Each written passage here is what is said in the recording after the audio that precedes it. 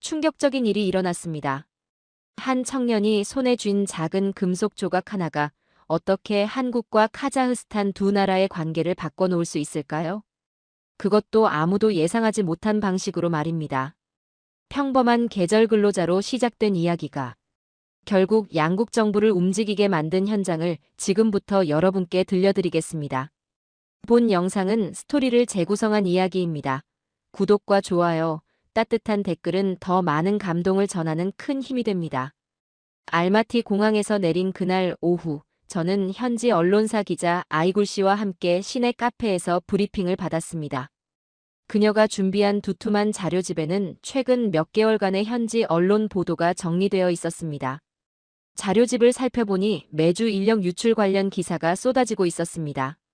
청년 기술자 이탈 심각, 숙련 인력, 해외 유출 가속화, 기능직 근로자 대량 이민 조짐 같은 제목들이 줄을 이었습니다. 통계 자료에 따르면 지난해에만 이공계 대학 졸업생의 30% 가까이가 해외 취업을 선택했다고 나와 있었습니다. 아이굴 씨는 이것이 단순한 경제적 동기가 아니라 더 복잡한 배경을 가지고 있다고 설명했습니다. 다음 날 산업단지 현장을 직접 확인해 보기로 했습니다. 다음 날 아침 8시, 저희는 알마티에서 차로 3시간 거리에 있는 카라간다주 산업단지로 향했습니다. 거대한 제철소와 화학공장들이 늘어선 그곳에서 카라간다 제철공장의 누르술탄 공장장을 만났습니다. 그는 요즘 밤잠을 제대로 못 자고 있다고 털어놓았습니다. 젊은 기술자들이 하나둘씩 사표를 내고 있기 때문이라고 했습니다. 특히 한국으로 가겠다는 사람들이 많다는 설명이었습니다. 구체적인 수치를 확인해보니 상황이 더욱 심각했습니다. 지난 6개월 동안 전체 기술직 직원 250명 중 40여 명이 퇴사했다고 합니다. 그중 절반 이상이 한국행을 택했다는 것이었습니다. 공장장은 일을 잘하는 직원들이 모두 한국으로 가겠다고 한다며 깊은 우려를 표했습니다. 급여를 올려줘도 소용이 없다고 했습니다. 아예 다른 이유로 떠나는 것 같다는 분석이었습니다. 오후에는 인근 자동차 부품 공장을 방문했습니다. 그곳 인사팀장 바흐티아르 씨도 비슷한 고민을 가지고 있었습니다. 그는 기술 교육을 시켜서 숙련공으로 키워놓으면 그때부터 한국 취업을 준비하기 시작한다고 설명했습니다. 정말 아이러니한 상황이라고 덧붙였습니다.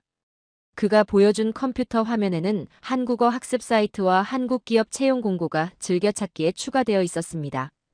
직원들이 점심시간마다 이런 것들을 찾아본다고 했습니다. 차라리 금지하고 싶지만 그럴 수도 없는 현실이라고 토로했습니다. 저녁 무렵, 저는 실제로 한국행을 준비 중인 젊은 근로자들을 만날 기회가 있었습니다. 공장 근처 작은 식당에서 3명의 20대 청년들과 마주 앉았습니다. 용접 기술자인 다니아르 군은 현지에서는 자신의 기술이 발전할 수 있는 한계가 있다고 말했습니다. 한국에 가면 최신 기술을 배울 수 있다고 들었다는 설명이었습니다. 기계 설계를 담당하는 아스카르 군은 급여도 중요하지만 무엇보다 인정받고 싶다고 했습니다. 자신이 하는 일이 의미 있다는 것을 느끼고 싶다고 덧붙였습니다.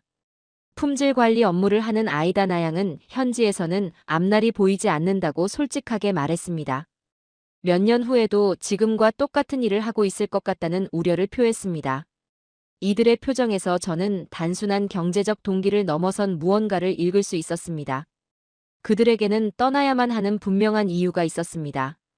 더 나은 삶에 대한 간절함, 자신의 가능성을 펼쳐보고 싶은 열망이었습니다. 공장을 둘러보며 저는 더욱 놀랐습니다. 생산 라인은 분명 돌아가고 있었지만 어딘가 활기가 부족해 보였어요. 나이든 직원들은 묵묵히 일하고 있었지만 젊은 직원들의 눈빛에서는 다른 곳을 바라보는 시선을 느낄 수 있었습니다. 마지막으로 만난 것은 현지 인력 중개업체 사장이었습니다. 그는 놀라운 사실을 알려주었습니다. 올해 들어서 한국 취업 문의가 작년 대비 4배나 늘었다고 했습니다. 특히 기술직 분야가 압도적이라는 설명이었습니다. 그의 사무실 벽에는 한국 기업들의 채용 포스터가 가득 붙어 있었습니다. 현대, 삼성, LG 같은 대기업부터 중소제조업체까지 다양했습니다. 그는 이들이 단순히 돈만 벌고 돌아오려는 것이 아니라는 점이 문제라고 지적했습니다. 아예 뿌리를 뽑고 떠나려는 사람들이 늘고 있다는 것이었습니다.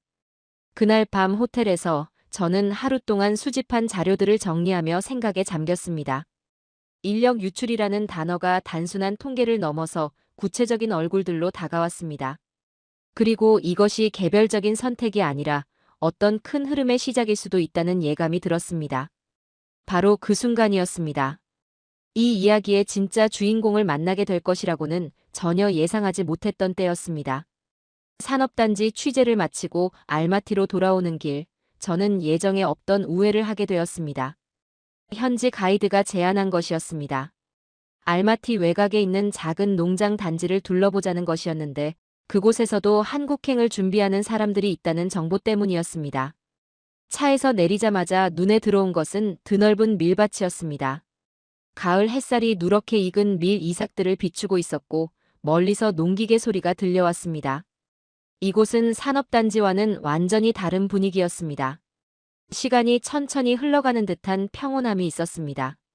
농장관리사무소에서 만난 담당자는 이곳에서 계절 농업에 종사하며 한국 비자를 기다리는 사람들이 18명 정도 된다고 알려주었습니다. 대부분 20대 후반에서 30대 초반의 청년들이라고 했습니다. 그 중에서 특별히 눈에 띄는 사람이 있다는 말을 들었습니다. 바로 예르켄이라는 이름의 청년이었습니다.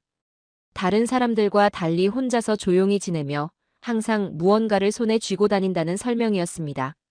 저는 그 청년을 만나보고 싶다고 요청했습니다. 담당자는 지금쯤 트랙터 정비소 근처에 있을 것이라며 길을 안내해 주었습니다. 정비소 옆 작은 그늘에서 저는 예르켄을 발견할 수 있었습니다. 28살 정도로 보이는 그는 낡은 의자에 앉아 손에 든 무언가를 자세히 들여다보고 있었습니다. 가까이 다가가자 그것이 작은 금속 조각임을 알 수 있었습니다. 처음 보기에 그는 평범한 농장 일꾼 같았습니다. 작업복 차림에 햇볕에 그을린 얼굴, 거친 손. 하지만 무언가 다른 점이 있었습니다. 그의 눈빛에는 다른 곳을 바라보는 간절함이 담겨 있었습니다. 제가 기자라고 소개하며 인터뷰를 요청하자 그는 잠시 망설이다가 고개를 끄덕였습니다. 손에 든 금속 조각을 주머니에 넣으며 자리를 정리했습니다. 그와 함께 농장 한편의 벤치에 앉아 이야기를 나누기 시작했습니다. 예르켄의 상황은 다른 이주 희망자들과는 확연히 달랐습니다. 우선 그의 신분부터가 특별했습니다. 출생신고서에는 국정란이 비어 있었다고 했습니다. 소비에트 연방 해체 이후 복잡한 행정 절차 과정에서 발생한 문제였습니다.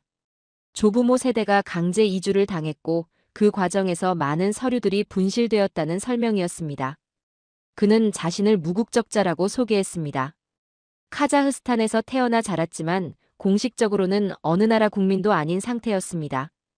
여권을 발급받기 위해서는 복잡한 증명 절차를 거쳐야 했고 그 과정에서 수년이 걸릴 수도 있다고 했습니다. 하지만 그가 한국행을 희망하는 이유는 단순한 취업이 아니었습니다. 그는 주머니에서 다시 그 금속 조각을 꺼내 보여주었습니다. 가로세로 각각 3cm 정도 되는 작은 사각형 모양이었습니다. 표면은 부식되어 있었지만 한글로 보이는 글자들이 희미하게 새겨져 있었습니다. 뒷면에는 숫자 몇 개가 각인되어 있었습니다. 이것이 증조부의 유품이라고 그는 설명했습니다. 증조부는 일제강점기에 연해주로 이주했다가 스탈린 시대에 카자흐스탄으로 강제 이주당한 고려인이었다고 했습니다. 돌아가시기 전에 이 금속 조각을 건네주며 한국과 관련된 것이라고 말씀하셨다는 것이었습니다. 예르켄은 어렸을 때부터 이 조각의 정체를 궁금해했다고 했습니다. 현지에서는 아무도 정확한 의미를 알려줄 수 없었습니다. 인터넷으로 검색해봐도 명확한 답을 찾기 어려웠다고 했습니다. 그래서 그는 결심했다고 했습니다.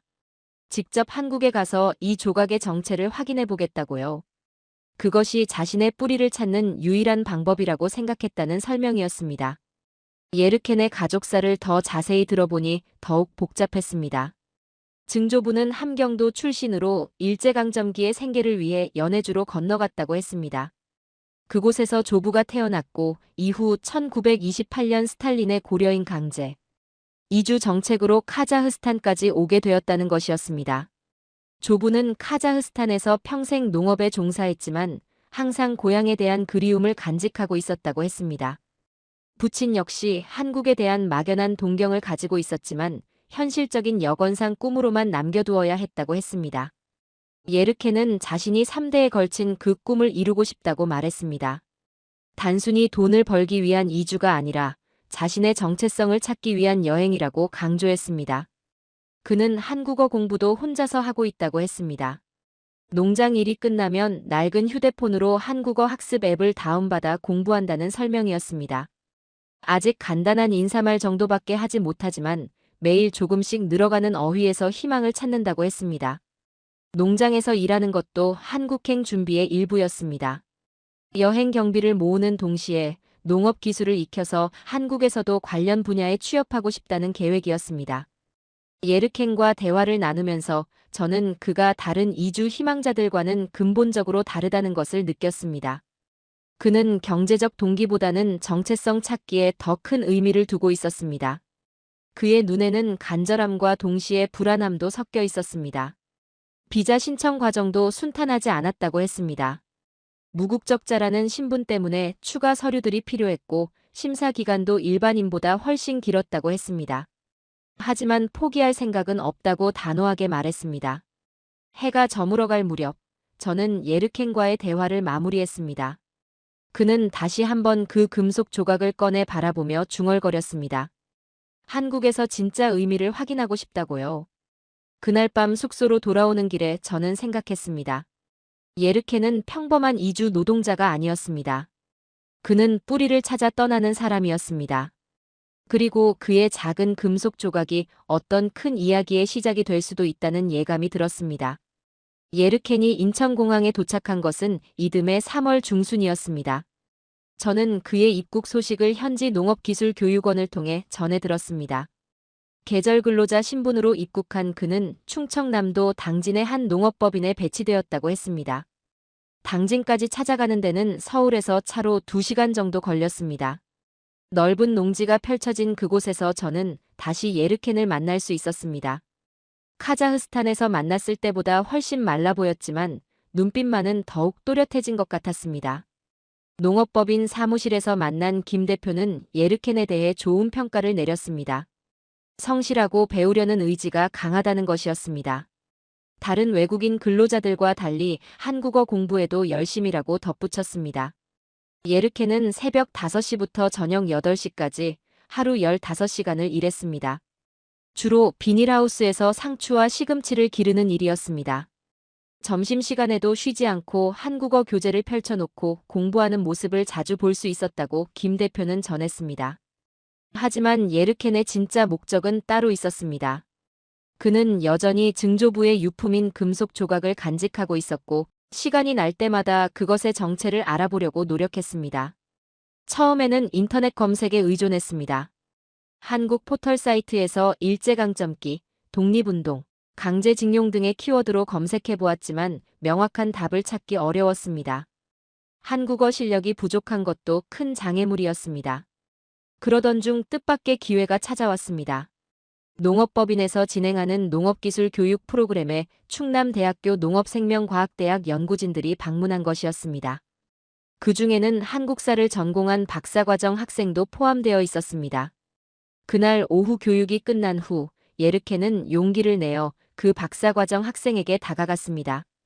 서툰 한국어로 자신의 사정을 설명하며 금속 조각을 보여주었습니다. 이소영이라는 이름의 그 연구원은 처음에는 별 관심을 보이지 않았습니다. 외국인 근로자들이 가져오는 오래된 물건들은 대부분 일반적인 생활용품이거나 기념품인 경우가 많았기 때문입니다. 하지만 실제로 그 금속 조각을 자세히 살펴본 순간 그녀의 표정이 달라졌습니다. 표면에 새겨진 한글 글자들과 뒷면의 숫자, 배열이 범상치 않아 보였던 것입니다. 이소영 연구원은 예르켄에게 이 조각의 출처에 대해 더 자세히 물어보았습니다. 예르켄은 자신이 알고 있는 가족사를 최대한 자세히 설명했습니다. 증조부가 함경도 출신으로 연해주를 거쳐 카자흐스탄으로 이주한 과정, 그리고 돌아가시기 전 이 조각을 건네주며 하신 말씀까지 모두 전했습니다. 이소영 연구원은 즉시 지도교수에게 연락을 취했습니다. 한국 근현대사를 전공하는 김정호 교수였습니다. 김 교수는 다음 날 직접 당진까지 내려와 그 금속 조각을 확인해 보겠다고 했습니다. 김정호 교수가 도착한 것은 그 다음 날 오전이었습니다.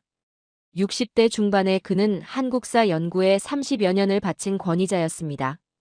특히 일제강점기 독립운동사에 대해서는 국내 최고 수준의 전문가로 인정받고 있었습니다. 교수는 예르켄이 건넨 금속 조각을 받자마자 돋보기를 꺼내 자세히 살펴보기 시작했습니다.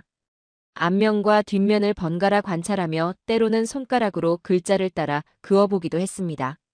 10여 분간의 관찰 끝에 김 교수는 놀라운 가능성을 제기했습니다.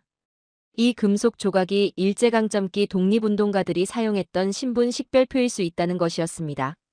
당시 독립운동 조직들은 회원들의 신분을 확인하고 연락망을 유지하기 위해 이런 형태의 식별표를 사용했다고 김 교수는 설명했습니다. 표면에는 이름이나 코드명이, 뒷면에는 소속 조직이나 연락처를 암호화한 숫자가 새겨지는 것이 일반적이었다고 했습니다. 하지만 확실한 판단을 위해서는 정밀한 분석이 필요했습니다.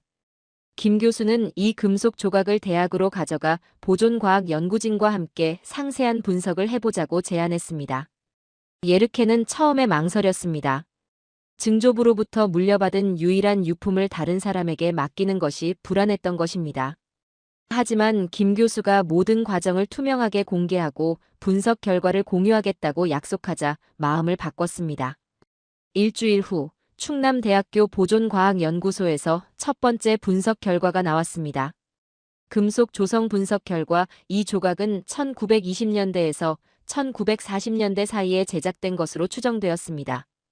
표면의 부식 정도와 마모 상태로 보아 상당히 오랜 시간 사용되었을 가능성이 높다는 결론이었습니다. 더욱 놀라운 것은 문자 분석 결과였습니다. 첨단 영상 기술을 이용해 희미한 글자들을 복원한 결과 앞면에는 영수라는 이름과 함께 대안이라는 글자가 새겨져 있음이 확인되었습니다. 뒷면의 숫자들은 아직 해독되지 않았지만 일정한 패턴을 가지고 있어 암호일 가능성이 높다고 분석되었습니다. 김정호 교수는 이 결과를 바탕으로 독립운동사 관련 자료들과 교차 분석을 시작했습니다. 국사편찬위원회와 독립기념관의 자료까지 동원되었습니다. 그리고 2주일 후 결정적인 단서를 발견했습니다. 1930년대 연해주 지역에서 활동했던 독립운동가 중에 영수라는 이름을 가진 인물이 있었던 것입니다. 함경도 출신으로 연해주로 이주한 후 항일무장 투쟁에 참여했다는 기록이 남아 있었습니다. 이 순간부터 예르켄의 신분은 완전히 달라졌습니다. 그는 더 이상 단순한 계절 근로자가 아니었습니다. 독립운동가의 후손일 가능성이 있는 역사적 인물이 되었습니다.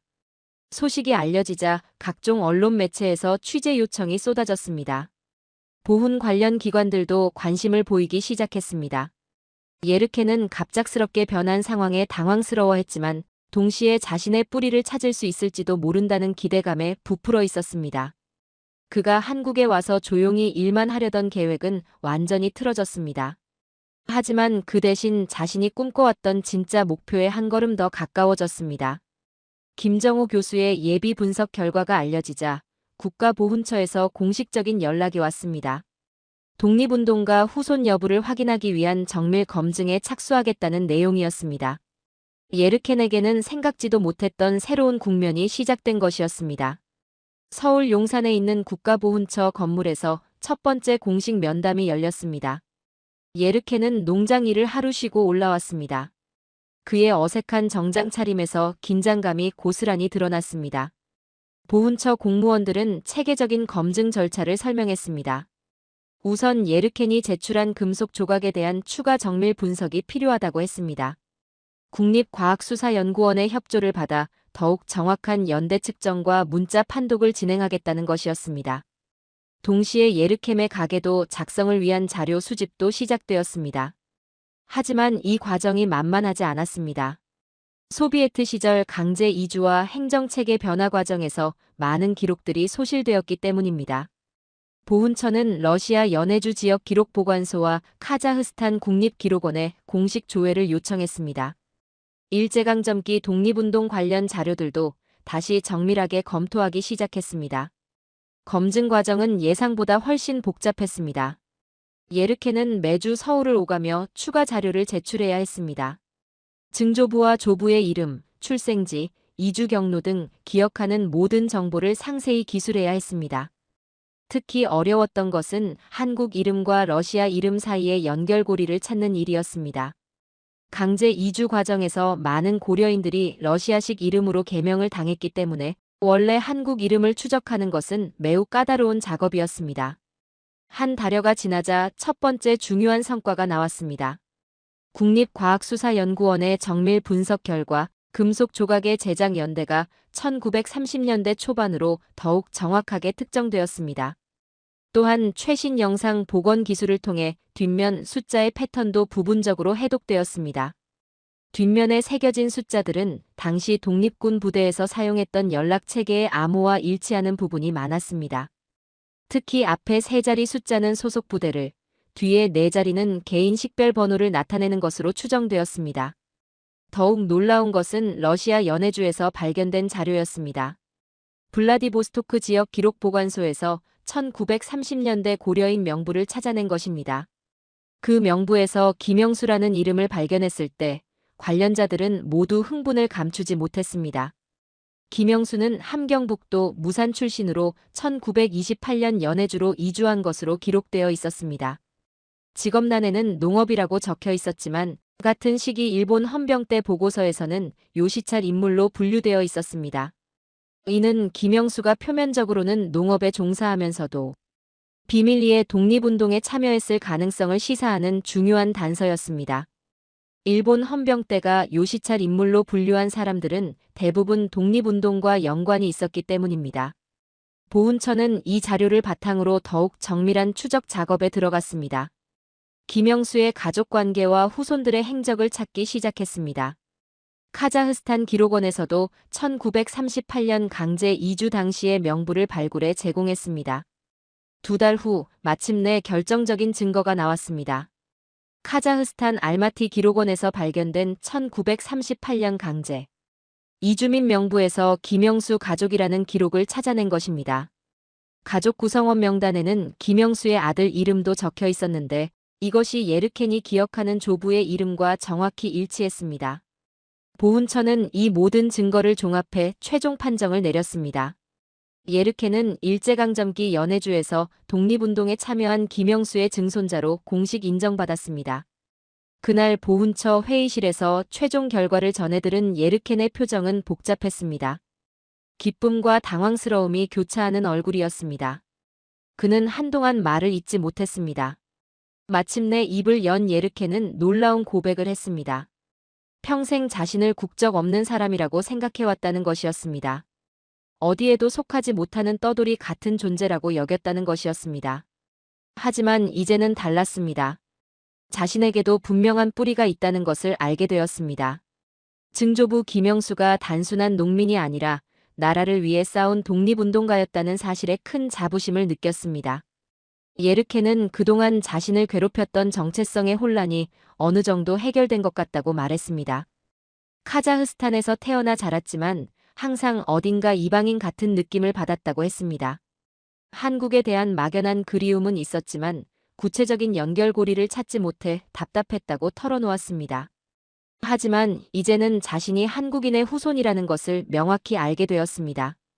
그것도 나라를 위해 희생한 독립운동가의 피가 흐르고 있다는 것을 확인했습니다. 보훈처에서는 예르켄에게 독립유공자 후손으로서의 예우를 제공하겠다고 약속했습니다. 한국 국적 취득을 위한 절차도 특별히 지원하겠다고 했습니다. 하지만 예르켄의 관심은 다른 곳에 있었습니다.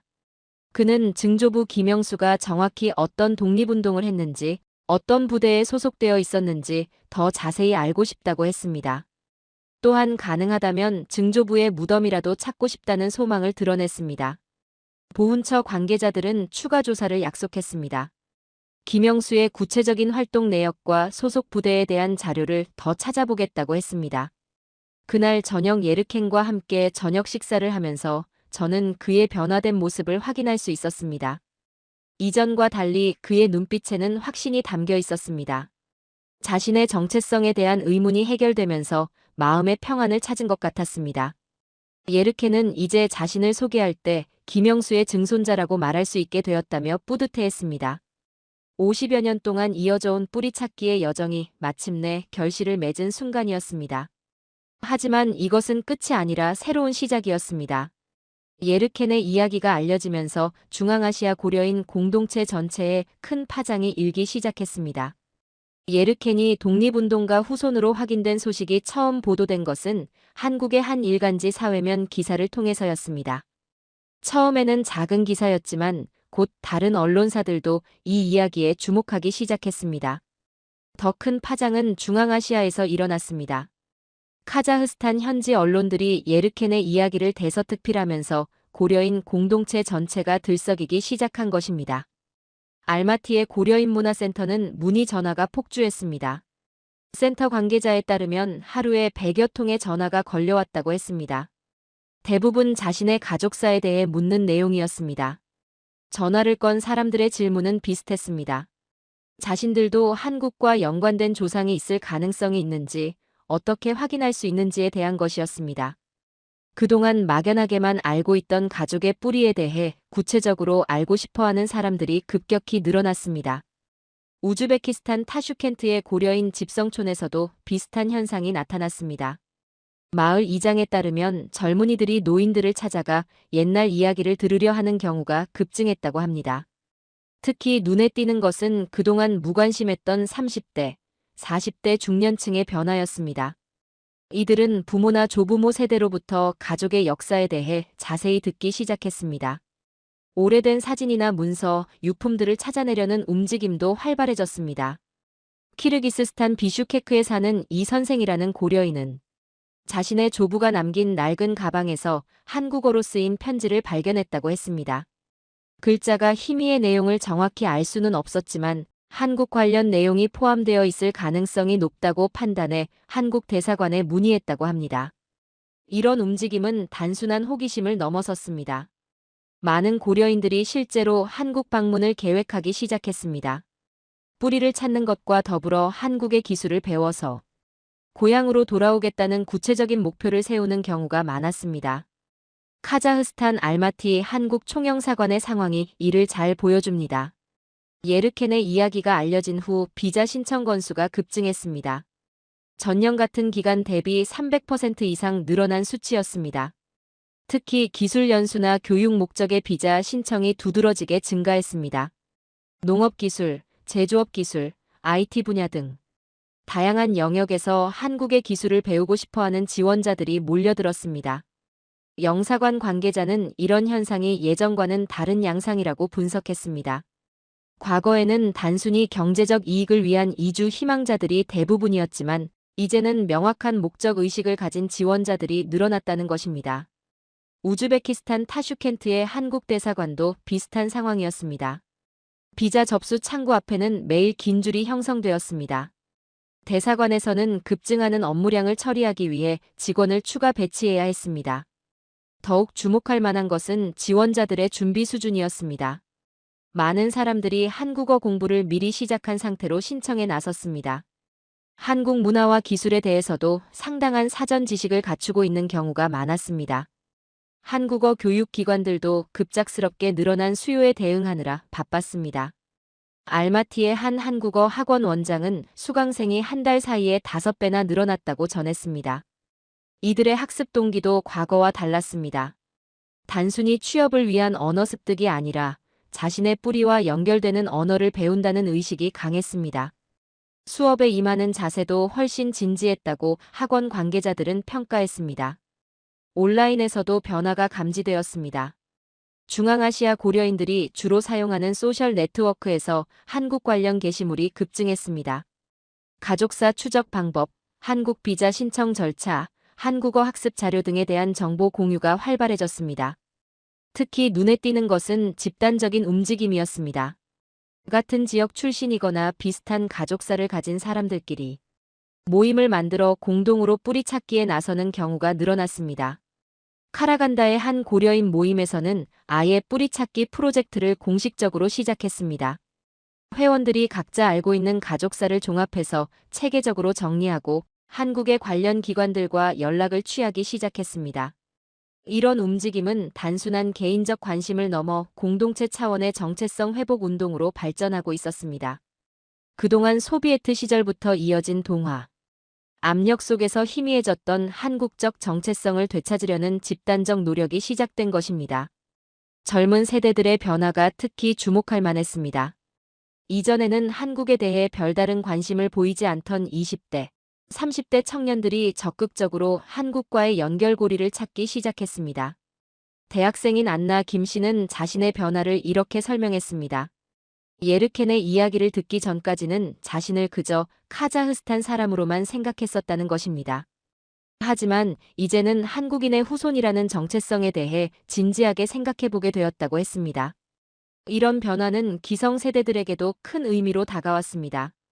자녀들이 한국에 관심을 보이면서 자신들도 덩달아 옛날 이야기를 되살리게 되었다는 것입니다. 고려인 공동체의 지도급 인사들은 이런 현상을 긍정적으로 평가했습니다. 그동안 점차 흐려져가던 고려인으로서의 정체성이 다시 살아나고 있다고 보았습니다. 하지만 동시에 우려의 목소리도 있었습니다.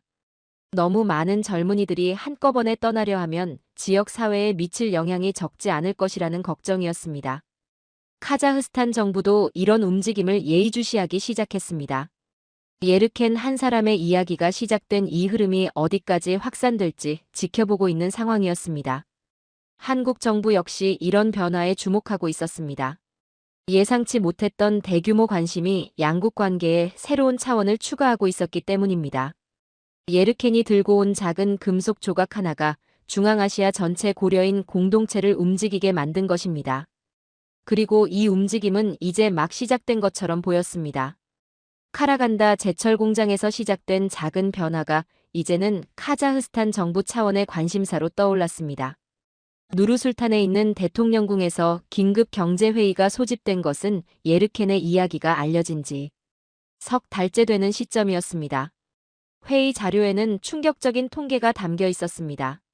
지난 3개월 동안 한국 비자를 신청한 기술직 근로자가 전년 동기 대비 400% 증가했다는 내용이었습니다. 특히 제조업과 농업 분야의 숙련 인력 이탈이 가속화되고 있다는 분석이었습니다. 산업통상부 장관은 현 상황을 인력 유출 위기로 규정했습니다.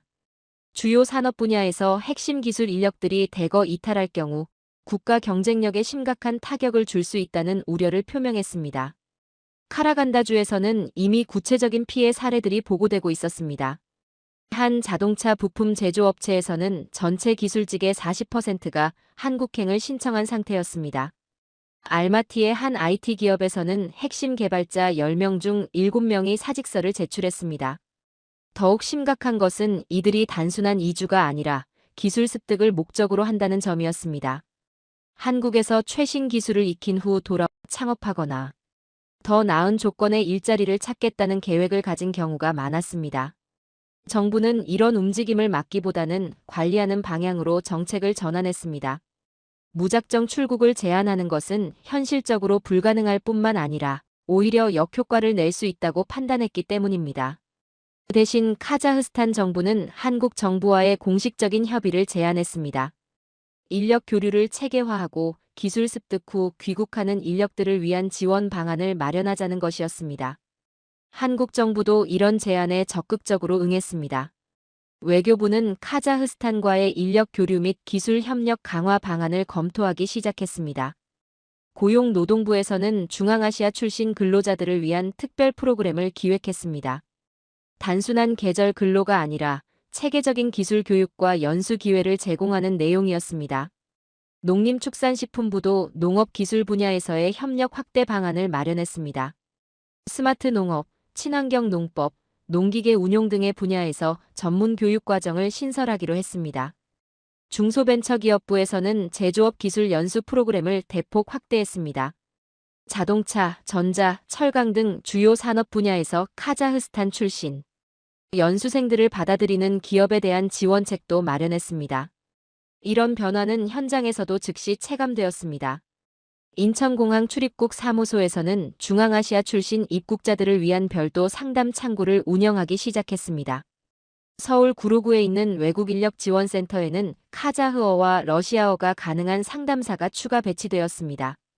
단순한 취업 알선이 아니라 기술 교육 과정 안내와 생활 적응 지원을 위한 것이었습니다. 한국산업인력공단에서도 새로운 프로그램을 시작했습니다. 중앙아시아 출신 근로자들을 대상으로 한 기술 역량 강화 과정이었습니다. 3개월에서 1년까지 다양한 기간의 교육 프로그램을 제공했습니다. 특히 주목할 만한 것은 순환 근무제라는 새로운 개념의 도입이었습니다. 한국에서 일정 기간 기술을 익힌 후 본국으로 돌아가서 일하다가 다시 한국에 와서 추가 교육을 받는 시스템이었습니다. 이런 제도는 카자흐스탄 입장에서도 매력적이었습니다. 인력이 완전히 유출되는 것이 아니라 기술을 습득한 후 돌아와 자국 산업 발전에 기여할 수 있기 때문이었습니다. 양국 정부는 이를 공식화하기 위한 협정 체결에 나섰습니다. 한국 카자흐스탄 기술 인력 교류 및 협력 협정이라는 이름의 새로운 틀을 만들기 시작했습니다. 협정 초안에는 구체적인 인력 교류 규모와 분야가 명시되었습니다. 연간 5,000명 규모의 카자흐스탄 출신 기술 연수생을 한국이 받아들이고 한국은 이들에게 체계적인 교육 기회를 제공한다는 내용이었습니다. 또한 한국 기업들이 카자흐스탄에 진출할 때 현지 인력 활용을 확대하고 기술 이전을 적극 추진한다는 조항도 포함되었습니다. 카자흐스탄 정부는 이런 협력을 통해 자국의 산업 기술 수준을 높일 수 있을 것으로 기대했습니다.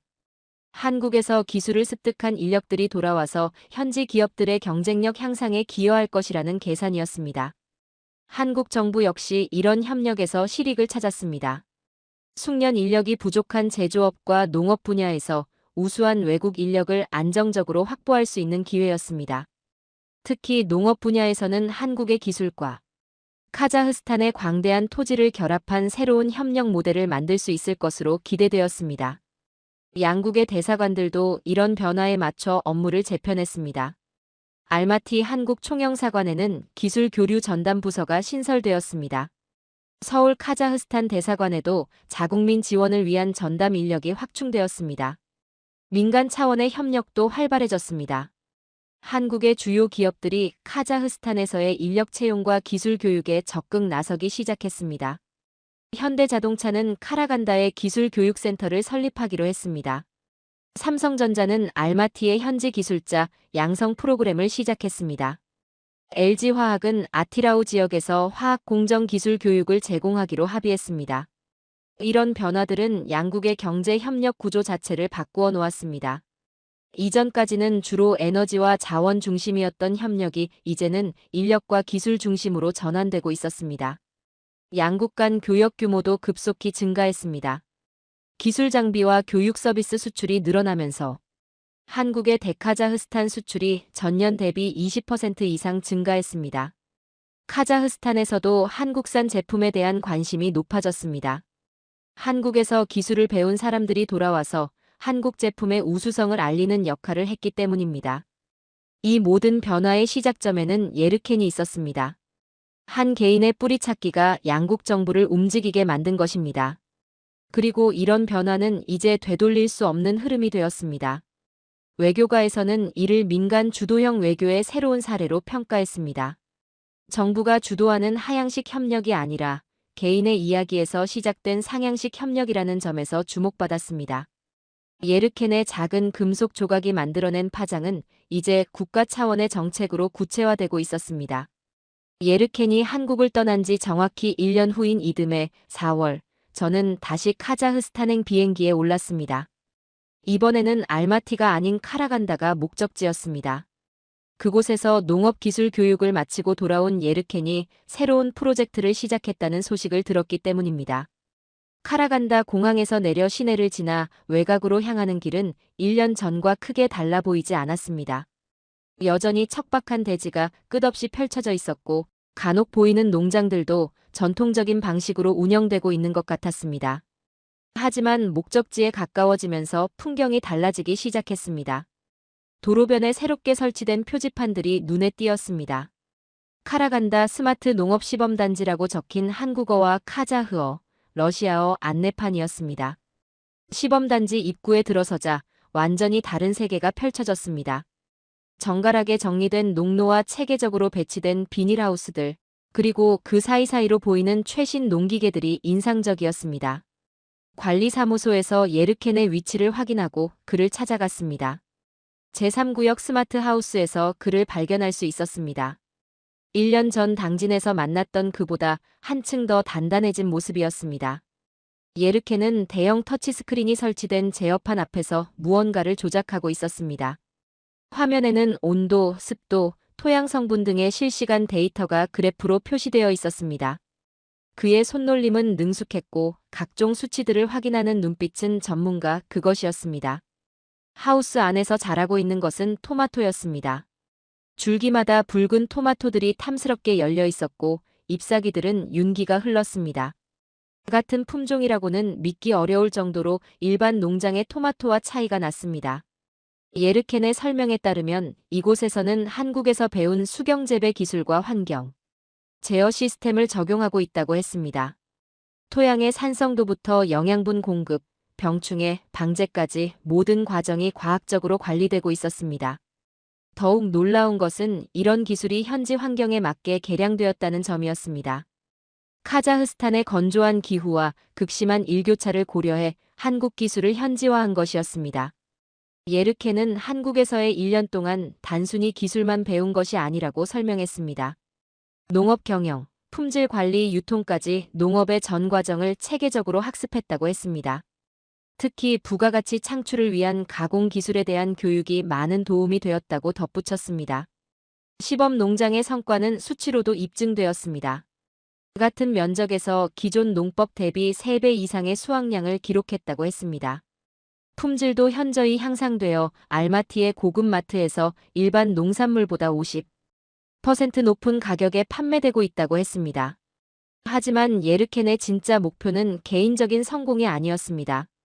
그는 이 기술을 주변 농가들에게 전파하는 일에 더 큰 의미를 두고 있었습니다.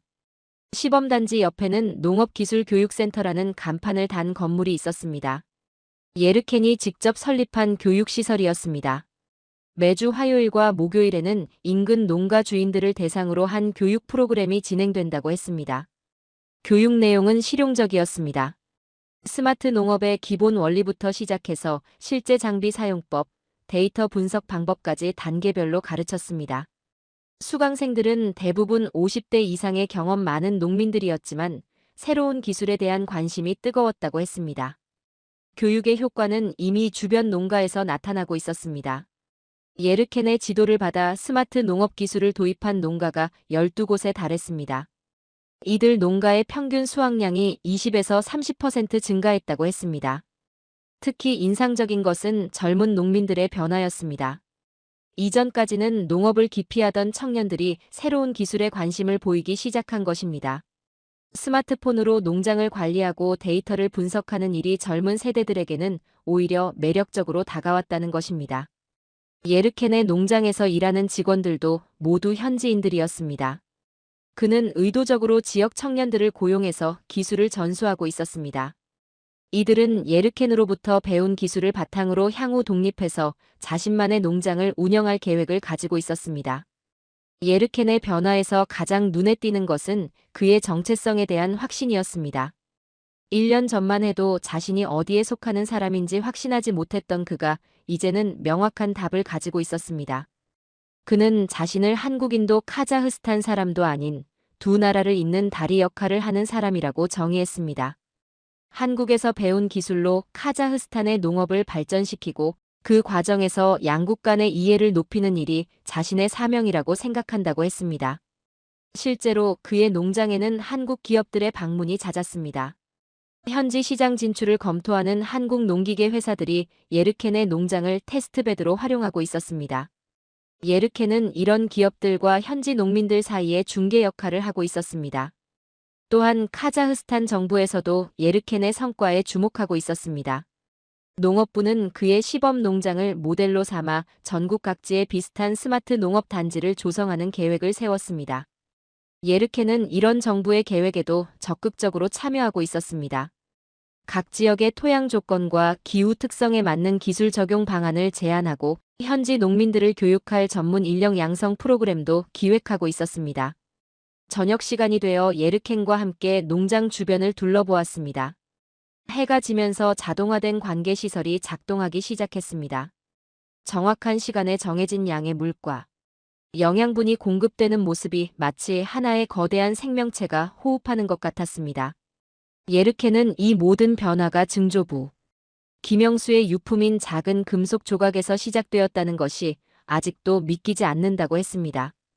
뿌리를 찾기 위해 시작한 여행이 결국 자신의 새로운 인생을 열어준 셈이라고 덧붙였습니다. 그는 여전히 그 금속 조각을 소중히 보관하고 있었습니다. 이제는 단순한 유품이 아니라 자신의 정체성과 사명을 상기시켜주는 상징이 되었다고 했습니다. 밤하늘 아래서 바라본 스마트 농장의 모습은 장관이었습니다. LED 조명이 설치된 하우스들이 일정한 간격으로 빛을 내고 있었고 곳곳에서 농기계들의 작동 소리가 들려왔습니다.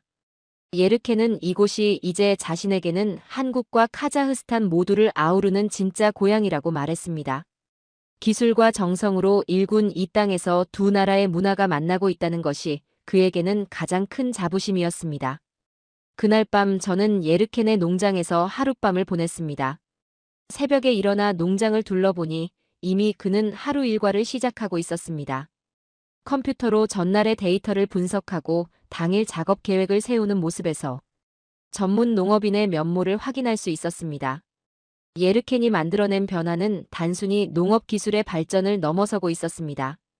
그것은 기술이 국경을 넘나들며 사람들의 삶을 개선하고 서로 다른 문화 간의 이해를 높이는 강력한 힘이라는 것을 보여주는 살아있는 증거였습니다.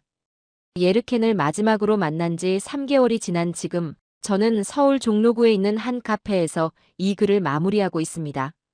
창밖으로는 바쁘게 오가는 사람들이 보이고 그 중에는 중앙아시아에서 온 것으로 보이는 젊은이들도 적지 않습니다. 이들의 존재 자체가 지난 2년여 동안 일어난 변화를 보여주는 상징입니다.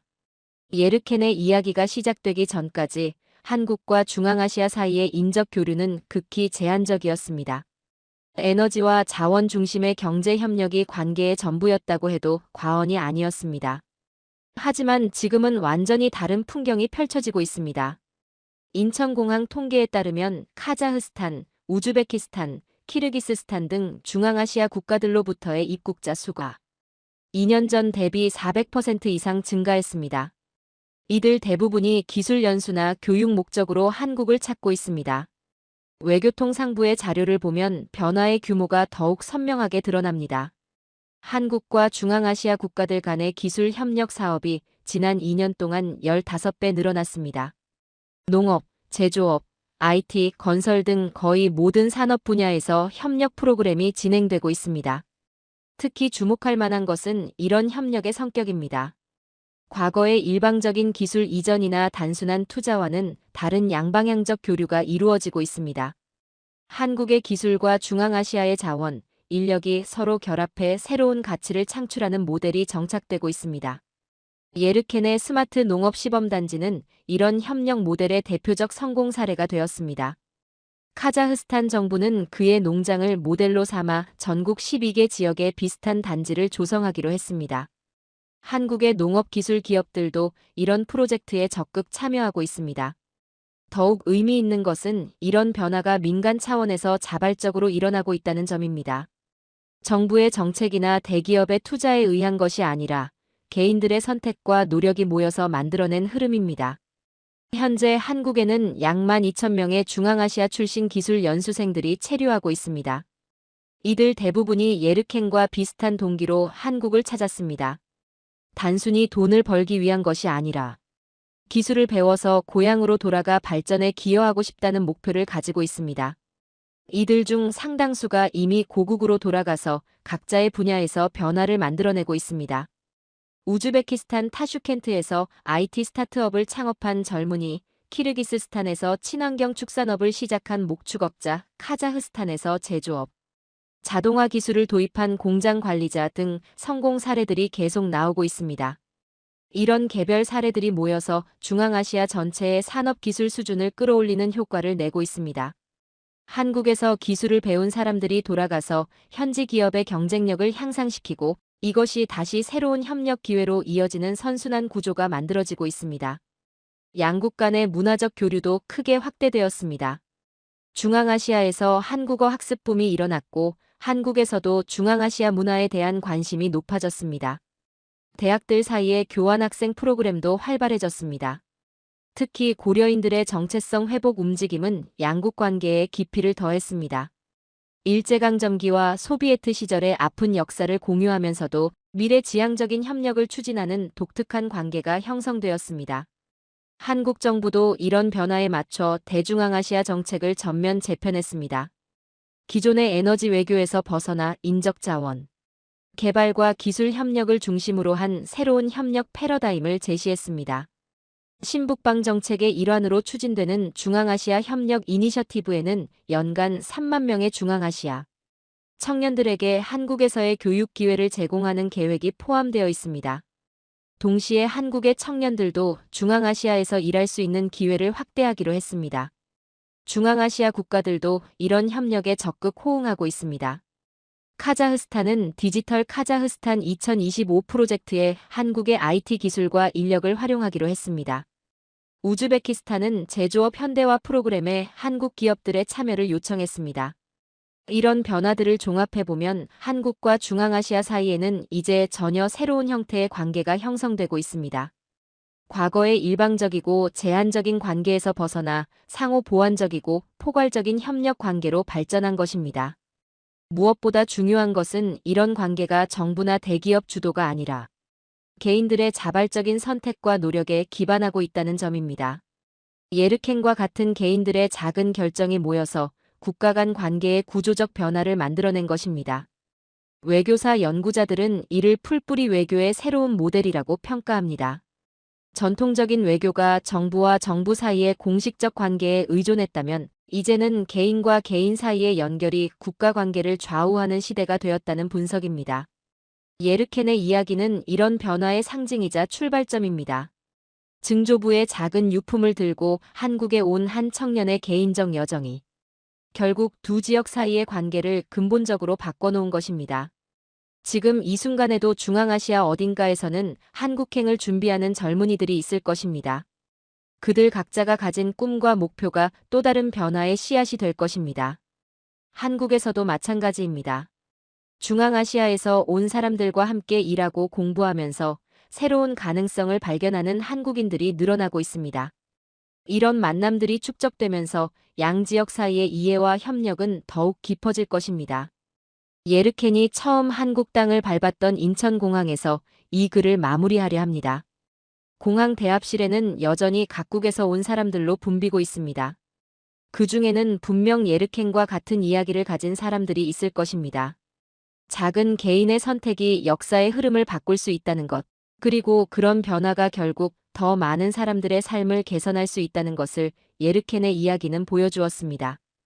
카자흐스탄의 어려운 현실, 한국의 숙련 인력 부족, 그리고 디아스포라 고려인들의 정체성 회복 욕구가 하나로 엮이면서 양국은 새로운 형태의 협력 모델을 만들어내고 있습니다.